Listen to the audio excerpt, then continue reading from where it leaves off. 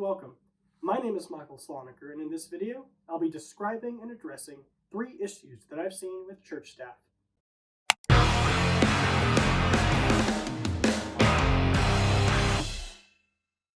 First off, just a couple of quick things. First, I have allergies, so please bear with me. Second, this video is going to be the first in a 4-part series. This video is going to introduce 3 topics that will each get their own video. Alright, let's get into it. This video is going to be a very different video than I was originally going to make, but I felt a spiritual urging to speak on these 3 issues that I'll get to in a minute. This video is going to be more of a talk than my normal videos. Normally my topical videos are of me regurgitating and organizing at least 7 hours of reading and research on a given topic. This video was originally going to be over the characteristics and responsibilities of the church staff, but instead I felt led to speak more from my personal experiences and education on church staff and leadership. I've only worked within the church for about 2 years, but in that time, even before I was on staff, I've learned a lot from observation. I also learned a lot in middle school and high school about leadership in general, through summer camps, student government, ROTC, and several other programs and clubs that have made a major impact on me. So with that little bit of history, I hope you'll at least listen, if not learn, from what I have to say. Instead of listing book after book, quote after quote, and trait after trait about church leadership and management, I felt led to take this video to address 3 specific issues that I've seen behind the scenes in my time serving as a church staff member. These 3 specific issues are communication, accountability, and respect. I'm going to spend the rest of this video breaking down each issue, how I've seen it, and my opinion on how it can be addressed and fixed. These are very tough issues to address, but I'm going to do my best, and at the least, I hope it gets you thinking. Issue number 1, communication. Poor communication. Communication is key to any effective business or organization. A church is no exception. A church must have proper communication channels between pastors, staff, deacons, committees, and members. In my experience, I've seen times when communication has been nearly constant, and I've seen times when it's been nearly non-existent. There have been periods where my phone has been blown up every day by the staff group text, weekly staff meeting was mandatory and effective, and there seemed to be new announcements every Sunday morning from the stage. There have been other periods when I've heard from no one for several weeks. Staff meeting has been canceled and neglected, and there are no Sunday morning announcements. The difference has been the attitude and focus of the senior staff members, and by that I mean full-time staff. This communication issue specifically, I feel, is directly tied to the stress level and attitude of the full-time staff. During spring and fall, when church is less busy, there is less chaos, there is less stress, and there are less time constraints. During this time, there is more focus put on proper procedure and communication. But during winter and summer, which are busy seasons, it's the exact opposite. Stress and chaos is high, which leads to worse attitudes and less focus on day-to-day tasks and proper performance and procedure. Communication takes a back seat when full-time staff get overloaded, stressed, and feel overworked due to high expectations and demands from each other and from church members. How do we fix this communication issue? There's no easy, quick fix solution to any of these 3 issues. Trust me, a quick fix to a leadership or management issue is never the solution, and 9 times out of 10 results in more issues and headaches. But these 3 issues need to be addressed and solved. We've identified the root cause of this communication issue: overloaded, stress, and overworked full-time staff due to high expectations and demands from each other and from church members. At the surface level, it seems that communication can be fixed by reducing the workload of full-time staff during peak seasons and by reducing the expectations and demands placed on them. But that is easier said than done. Taking it deeper than that, the first step to fixing communication is to create a shift in attitude. The attitudes of the full-time staff and of the church members need to be changed. This attitude issue must be addressed from the top down. By that I mean it needs to come from the senior pastor. The church members, deacons, elders, and others aren't going to change the attitudes and priorities of the staff without much resistance, and most likely won't be able to without needing to fire or replace a few. This is not ideal.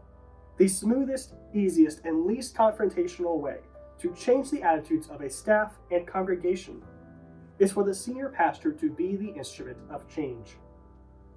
In order to best address and fix a communication issue, the senior pastor must be directly involved in shifting the attitudes of the staff and congregation away from entitledness and unrealistic expectations. The senior pastor needs to guide and urge staff and church members to place less pressure on each other, lower expectations to a reasonable level, allow for change away from how things have always traditionally been done, and to take personal responsibility for the ministries of the whole church. If these attitudes and behaviors can be achieved, then it will address the core negative attitudes that are to blame.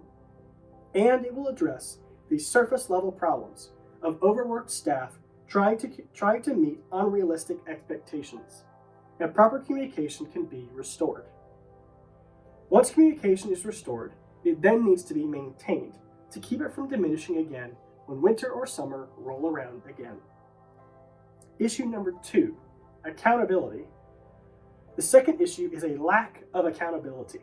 Accountability to senior leadership, one another, the congregation, and the church as a whole. A lack of accountability creates an environment of low standards and low employee performance. Specifically, when I think of issues that I've seen with staff members not being held accountable, it was in reference to them not completing projects that they started. I've seen a major issue with problems being brought up in staff meeting, a project being created to solve the problem, and then the project simply doesn't happen. A lot of time is wasted on discussing problems and solutions, and not actually acting on anything that is discussed. In the same way, when projects actually do happen and constructive feedback is given and received, nothing is done to address the problems that the feedback highlighted, and eventually the project becomes dead in the water. This is where the issues of communication and accountability meet. When staff meeting rarely occurs, much of the time is wasted ranting and complaining about issues, sometimes proposing actual solutions to them in the form of projects. The projects are assigned to staff members, and if the projects actually happen, they aren't carried through for very long, and they eventually die off. Then it's back to square one, and the issues still exist. As you can imagine, this is a pretty serious issue. Effective staff meetings could be its own video entirely, but it's just a small part of accountability. The bottom line of this accountability issue is that no one in senior leadership, in this case I mean full-time staff and deacons, no one in senior leadership holds each other or subordinates accountable. This creates a continuous loop of wasted time, discussion, and energy, while real issues continue to exist and grow. How do we fix this accountability issue? Lack of accountability is a severe management issue. A lack of accountability is a lack of proper management. Unfortunately, if you sat in staff meeting or looked behind the curtains, I fear you see a majority of churches with severe management issues. When someone pursues going into the ministry, they first think of preaching and evangelism. Certainly these are the number one priority of any minister. The first priority is always to spread the gospel message and to see souls saved by acceptance of Christ as Lord and Savior. But a church without leadership and without management won't go very far. I know that some cringe at hearing the words church and business in the same sentence. But the church is a business in the sense that there must be someone, or in best case, a few people, to focus on the finances and management of the church. When I say that the church is a business, I in no way condone focusing on the bottom line of conversion numbers and money. But there are certain aspects of business that must be present for a church to be successful. There's another video idea. What can church learn from business? Well, the number one thing that church can learn from business is proper management.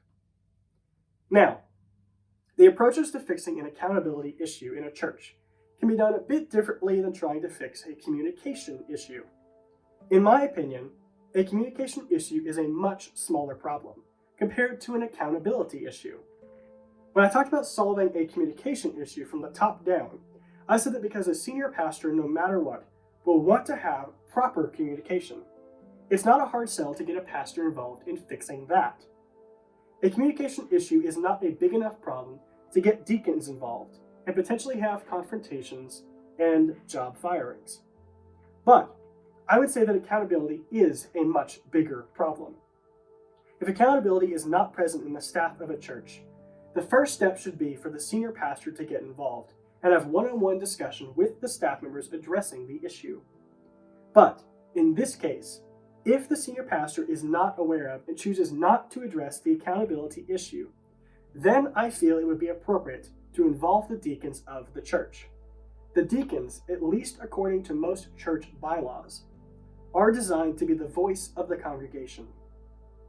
They are meant to be the main line of communication between the larger church body and the church staff. If any issues are large enough, such as accountability, the deacon's job is to step in and address it with the staff, especially if the staff and pastor are unaware or unwilling to address the issue. The deacons can then make any choices they feel are appropriate in regard to firings or reprimands as they see fit. This would be in the most extreme case. But the most desirable course of action would be again to involve the senior pastor first and deacons second to address and solve the issue with the most tactful and effective solution. One example of a tactful solution from the pastor or deacons would be designing and facilitating an accountability and management training for all current staff to attend. The third and last issue is respect. Respect for other staff specifically. Now, this one is definitely a touchy subject. I was originally going to use this third one to specifically talk about respect for staff meeting, but after writing about accountability, I felt it better fit here, or better fit there, and that respect as a whole needed to be addressed. Now, my experience with respect, or in some cases a lack of, in church staff, has been pretty rough. Admittedly, I struggled to find the right words to tactfully address it. So before I talk about my experiences, I want to preface that I don't feel that anyone who has disrespected me in my church experience has done so intentionally, at least not out of spite or hatred. But it has happened, and I was very blindsided by it when I joined the ministry as a wide-eyed, eager high school graduate.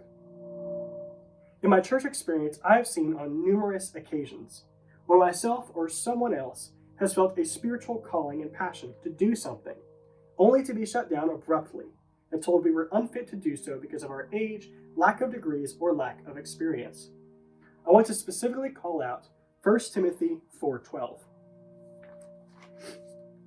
Don't let anyone look down on you because you are young, but set an example for the believers in speech, in conduct, in love, in faith, and in purity. So despite being shut down time and time again and feeling very discouraged and disheartened at not being able to pursue my spiritual passions right away, I asked God to open other doors and lead me to do other things that couldn't or wouldn't get shut down. Thankfully, He answered and provided me with other opportunities for me to serve Him outside of the church, and it's been a great blessing. I've spoken about this issue that happened to me with others in the ministry, and unfortunately, I think this is a common occurrence. Many churches today place so much focus on man-made requirements, degrees, and trainings that it's easy to get shut down, discouraged, and I'd even say pulled away from pursuing a ministry calling. For me, that last one didn't happen, but I know personally several young adults like myself who were barred from pursuing a spiritual calling and have since given up on following their ministry calling. Why? This last issue of respect frustrates me to no end. As a church and as ministry staff, why do we discourage and push people away from spiritual callings? Because of their age, lack of experiences, lack of degrees, or lack of whatever. Shouldn't the church be a place of uplifting and empowerment, not a place of discouragement and fear? How do we fix this respect issue? This issue is probably the hardest issue of all three to address. The issue of communication is relatively easily solved. See something, say something. The issue of accountability is a tougher battle, but still addressable. This last issue of respect is in a whole nother league. This is because respect is an issue of culture and of upbringing. Communication is a behavior issue that can be quickly fixed. Accountability is a management issue that can be fixed through education or rehiring. But respect is a whole mindset issue that is created and cultivated by the environment in which people are raised and grow up in. Respect is a learned behavior. If someone does not already demonstrate respect, they cannot be trained or guided into it, at least not overnight and not without much struggle, especially if they aren't willing to learn respect. Now, I'm not a psychologist, but within a church, business, or organization, if someone does not demonstrate respect, you cannot force train them to have respect for others. But if someone has respect, but does not demonstrate it, then simply having a talk with them about their behavior could solve the issue. In this case of some church staff looking at pushing down on others, with fewer degrees, experiences, or years of life, a push for more common decency and mutual respect needs to be made from a senior level, again, from the senior pastor or deacons. If the senior pastor is part of the issue, then the deacons can step in. If the issue persists, then firings and replacements need to be made. With respect being an issue of mindset, I do not think that it can be addressed through education or training. Here are a few final thoughts. Over the last 2 years working in the church, the biggest 3 issues I've seen have been poor communication, lack of accountability, and lack of respect. Communication is a behavior issue that can be relatively easily fixed by, surprise, communication with the staff or by getting the senior pastor involved. Accountability is a larger management issue that can be fixed by communicating the issue to the staff, getting the senior pastor involved, getting the deacons involved, creating and facilitating management training, or even replacing the staff that are a part of the issue. Respect is a mindset issue and is the largest and most difficult issue to address, but it can be fixed through communicating the issue to the staff, getting the senior pastor involved, getting the deacons involved, or even replacing the staff that are part of the issue. All 3 of these issues, in my opinion, are pretty major and greatly harm the environment and the ministry of the church. The best solution for all 3 really is to get the senior pastor involved as the first step. Seek his wisdom, knowledge, and trust that he will do what he feels the Lord called for him to do. If the senior pastor is a part of the issue, still speak with him first, but know that the deacons are meant to be there in the case of the senior pastor or staff not performing or meeting their responsibilities or duties. The church is a business. It takes leadership, management, and financial training to be successful. Church work is not easy. There are many obstacles and issues to overcome. These are just 3 of them that I've prominently seen. I want to end with an encouragement. If you're a church member who sees these issues or others in your own church, please don't be discouraged. God can and still is using his church to spread the gospel and save the lost. As a church member, you have the ability to address these issues that you see, tactfully, respectfully, and through the right channels. Don't be discouraged. Stand up for what you know is right, and always follow God and place him as your first priority, and he will be with you and will not lead you astray. With all that said, thank you so much for watching. Don't forget that this is the first in what's going to be a 4-part series, going over each of these 3 issues in detail. The 3 videos on each issue are going to be my usual style of deep research and fact-based discussion. As usual, I'll leave a question down in the comments and on Twitter for us to discuss. If you enjoyed, make sure to leave a like, and if you haven't already, hit that subscribe button. Thank you for watching, and God bless.